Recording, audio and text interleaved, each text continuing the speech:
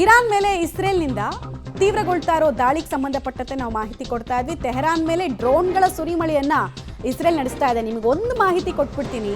ಡ್ರೋನ್ಗಳು usually border ಹಂಚಿಕೊಂಡಿರುವಂತಹ ರಾಷ್ಟ್ರಗಳ ಮೇಲೆ ಮಾತ್ರ ಉಪಯೋಗ ಆಗ್ತಾ ಇದ್ದು. ಬಟ್ ಇಲ್ಲಿ ನೀವು ಕೇಳ್ತಾ ಇರೋ ಸುದ್ದಿ ಇದೆಯಲ್ಲ, ಇರಾನ್ನ ಒಳಗೆ ಸೂಸೈಡ್ ಬಾಂಬರ್ ಡ್ರೋನ್ಗಳು ಅಟ್ಯಾಕ್ ಮಾಡ್ತಿರೋದು ಅಂದ್ರೆ ಎಷ್ಟರ ಮಟ್ಟಿಗೆ ಇಸ್ರೇಲ್ ಇರಾನ್ನ ಒಳಗೆ ಡ್ರೋನ್ಗಳನ್ನ ಸ್ಮಗಲ್ ಮಾಡಿತ್ತು, ಆಮೇಲೆ ಇರಾನ್ನ ಗುಪ್ತಚರ ಇಲಾಖೆ ಎಷ್ಟರ ಮಟ್ಟಿಗೆ ಫೇಲ್ಯೂರ್ ಆಗಿತ್ತು ಅನ್ನೋದಕ್ಕೆ ಇದೆಲ್ಲ ಉದಾಹರಣೆ. ಡ್ರೋನ್ ರೇಡಿಯಸ್ ಏನು, ಅದು ಮಾಡ್ತಾ ಇರೋ ಡ್ಯಾಮೇಜ್ ಎಂಥದ್ದು, ಮೊಸಾದ್ನ ಕೆಪಾಬಿಲಿಟಿನ ಜಗತ್ತಿಗೆ ಮತ್ತೊಂದ್ಸಲ ತೋರಿಸ್ಕೊಡ್ತಾ ಇದೆ ಈ ಸುದ್ದಿ.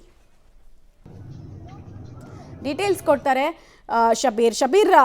ಮೊಸಾದ್ನ ಕೆಪಾಬಿಲಿಟಿ ಬಗ್ಗೆ ಇಲ್ಲಿ ನಿಜವಾಗ್ಲೂ ಮತ್ತೊಂದ್ಸಲ ಜಗತ್ತು ನೋಡ್ತಾ ಇದೆ. ಯಾಕಂದ್ರೆ ಡ್ರೋನ್ ಅಟ್ಯಾಕ್ಸ್ ನಾವು ಯಾವಾಗಲೂ ತಿಳ್ಕೊಂಡಿರೋದು ಹೇಗೆ ಅಂದರೆ, ಯಾರ್ಯಾರು ಕ್ರಾಸ್ ಬಾರ್ಡರ್ಗಳನ್ನು ಹಂಚ್ಕೊಂಡಿರ್ತಾರೆ ಅಂಥವ್ರ ಮೇಲೆ ಡ್ರೋನ್ ಅಟ್ಯಾಕ್ ಮಾಡೋದಕ್ಕೆ ಈಸಿ ಆಗುತ್ತೆ. ಬಟ್ 2,500-3,000 ಮೈಲಿ ದೂರ ಇರುವಂತಹ ದೇಶಕ್ಕೆ ಡ್ರೋನ್ಗಳನ್ನು ಸ್ಮಗಲ್ ಮಾಡಿಸೋದು, ಅಲ್ಲಿ ಆಪ್ರೇಟ್ ಮಾಡೋದು, ಅಲ್ಲಿ ಎಫೆಕ್ಟಿವ್ ಆಗಿ ಕೆಲಸ ಮಾಡೋದು ಅಂದರೆ ಇಸ್ರೇಲ್ನ ಕಾರ್ಯಕ್ಷಮತೆ, ಮೊಸಾದ್ನ ಕಾರ್ಯಕ್ಷಮತೆ ಬಗ್ಗೆ ಜಗತ್ತು ನೋಡೋ ರೀತಿ ಆಗಿದೆ.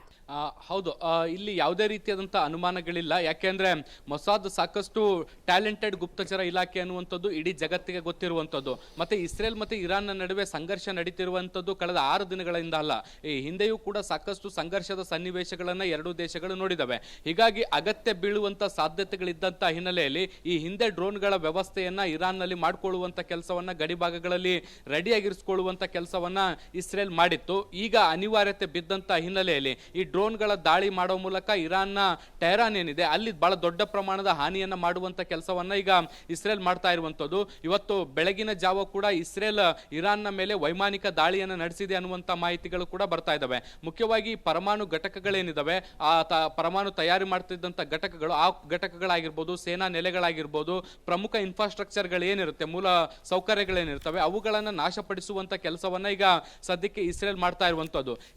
ಇರಾನ್ ಯಾವ ಕಾರಣಕ್ಕೂ ಕೂಡ ವಾಯು ದಾಳಿಯನ್ನ ಮಾಡದೇ ಇರುವಂತಹ ಸನ್ನಿವೇಶಕ್ಕೆ ತಂದಿಡುವಂತ ಪ್ರಯತ್ನವನ್ನ ಈಗ ಇಸ್ರೇಲ್ ಮಾಡ್ತಾ ಇದೆ. ಇದಕ್ಕೆ ಪೂರಕವಾಗಿ ಅಂದ್ರೆ ಇರಾನ್ ಕೂಡ ಪ್ರತಿ ದಾಳಿಯನ್ನ ಮಾಡುವಂತ ಕೆಲಸವನ್ನ ಮಾಡ್ತಾ ಇದೆ. ಮೊದಲ ಬಾರಿಗೆ ಈ ಕಳೆದ 6 ದಿನಗಳಲ್ಲಿ ಮೊದಲ ಬಾರಿಗೆ ಬ್ಯಾಲಿಸ್ಟಿಕ್ ಮಿಸೈಲ್ ಅನ್ನ ಉಡಾಯಿಸುವಂತ ಕೆಲಸವನ್ನ ಕೂಡ ಮಾಡಿರುವಂತದ್ದು. ಇದು ಇಸ್ರೇಲ್ನ ಟೆಲ್ ಅವೀವ್ ಏನಿದೆ ಅದರ ಸುತ್ತಮುತ್ತಲಿನ ಪ್ರದೇಶದಲ್ಲೂ ಕೂಡ ಸಾಕಷ್ಟು ಹಾನಿ ಮಾಡಿದೆ ಅನ್ನುವಂತ ಮಾಹಿತಿಗಳು ಕೂಡ ಈಗ ಬರ್ತಾ ಇದಾವೆ. ಎರಡೂ ದೇಶಗಳು ಒಂದ್ ರೀತಿ ಯುದ್ಧದ ಹುಮ್ಮಸ್ಸಿನಲ್ಲಿರುವಂತದ್ದು, ಪ್ರತಿ ದಾಳಿಯನ್ನ ಮಾಡ್ತಾ ಇರುವಂತದ್ದು.